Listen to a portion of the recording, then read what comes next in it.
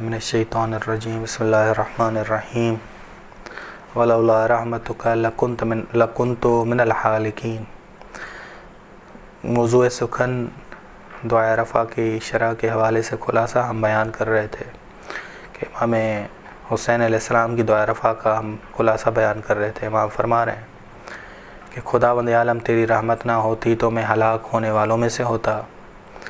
خدا تو اگر میرے گناہوں کو پوشیدہ نہ کرتا تو میں بدبودار لوگوں میں سے ہوتا۔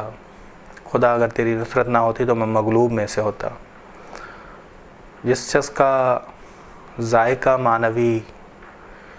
معنوی طور پہ وہ سونگھنے کی صلاحیت اس میں ہے، صلاحیت رکھتا ہے،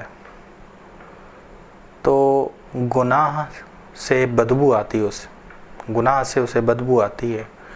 گناہوں میں وہ تاریکی دیکھتا ہے، وہ ہلاکت دیکھتا ہے، وہ بدبو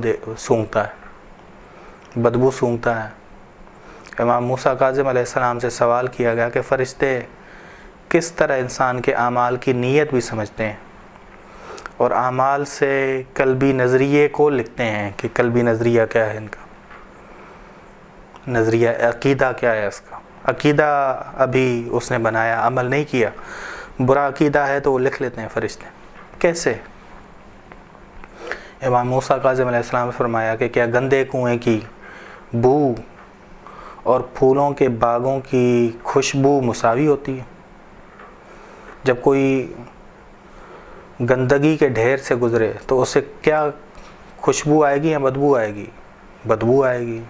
جو ایک پھولوں والے باغ سے گزرے تو اسے کیا آئے گی؟ اسے خوشبو آئے گی۔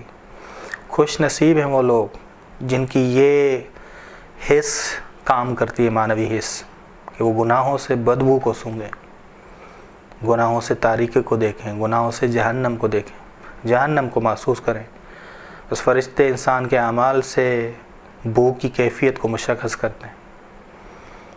جس طرح باغ کی خوشبو تمہیں باغ کی طرف لے جاتی ہے، اسی طرح گندے کنویں کی بدبو تمہیں اس سے دور کرتی ہے، گندگی کے ڈھیر سے ہمیں دور کرتی ہے بدبو جو ہوئی۔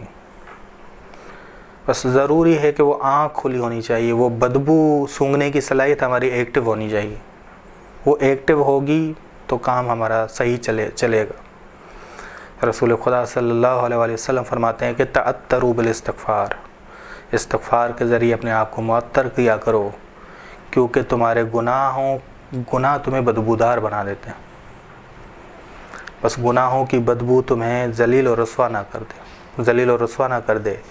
انسان کی اصل روح ہے، روحی سلامتی بدنی سلامتی سے اہم تر۔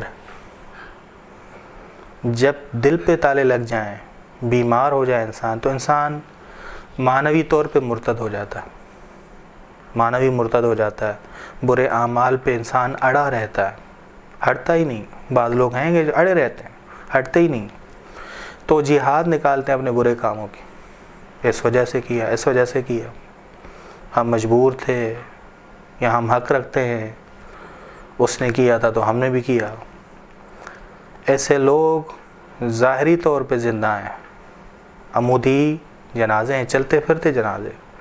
ممکن ہے کہ تھوڑی دیر بعد افقی جنازے بنے، موت بعد میں آئے، لیکن یہ چلتے پھرتے جنازے ہیں کہ امام علی نے کہا ہے کہ فصورت صورت الانسان وقلب قلب حیوان ذالک میت الاحیاء۔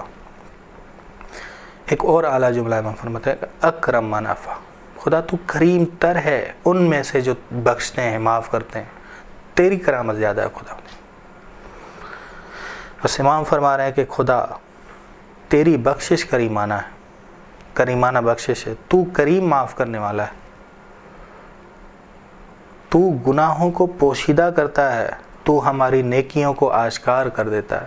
یہ تیری بخشش کریمانہ ہے خدا نے، ہمارے گناہوں کو تو نے پوشیدہ کر دیا اور ہماری نیکیوں کو مشہور کر دیا، آشکار کر دیا۔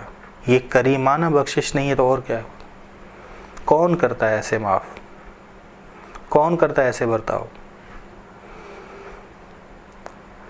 بلکہ کبھی کبھار بعض لوگ ہوتے ہیں جو اپنے گناہوں پہ شرمندہ ہوتے ہیں، خدا ان سے ان کے گناہ بھلوا دیتا ہے، تو اتنا کریم ہے۔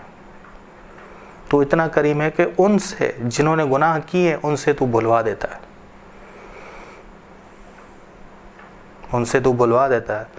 بس بعض لوگ ہیں جو گناہوں کے کفارے لیتے ہیں، جرمانے لیتے ہیں، یہ کریم بخشنے والے نہیں ہے، کیونکہ جرمانہ لے رہے ہیں، کفارے لے رہے ہیں۔ کریم معاف کرنے والا وہ ہے جو کسی توقع کے بغیر معاف کر دے، کسی توقع کے بغیر معاف کر دے، کوئی توقع نہ ہو اسے۔ خدا تو اکرم من عفا، تو ایسا ہے، ایسے معاف کرتا ہے کہ کسی سے تیری توقع نہیں، کسی سے تیری توقع نہیں۔ اس خداوند عالم کتنا اعلیٰ نقطہ ہے جو امام حسین علیہ السلام یہ دعا کریں کہ یہ جو مفاہیم ہیں دعا رفع کے ہمارے دل میں داخل ہو جائیں، ہماری جان کا حصہ بن جائیں۔ صلی اللہ علی محمد اہل بیتہ الطیبین الطاہرین۔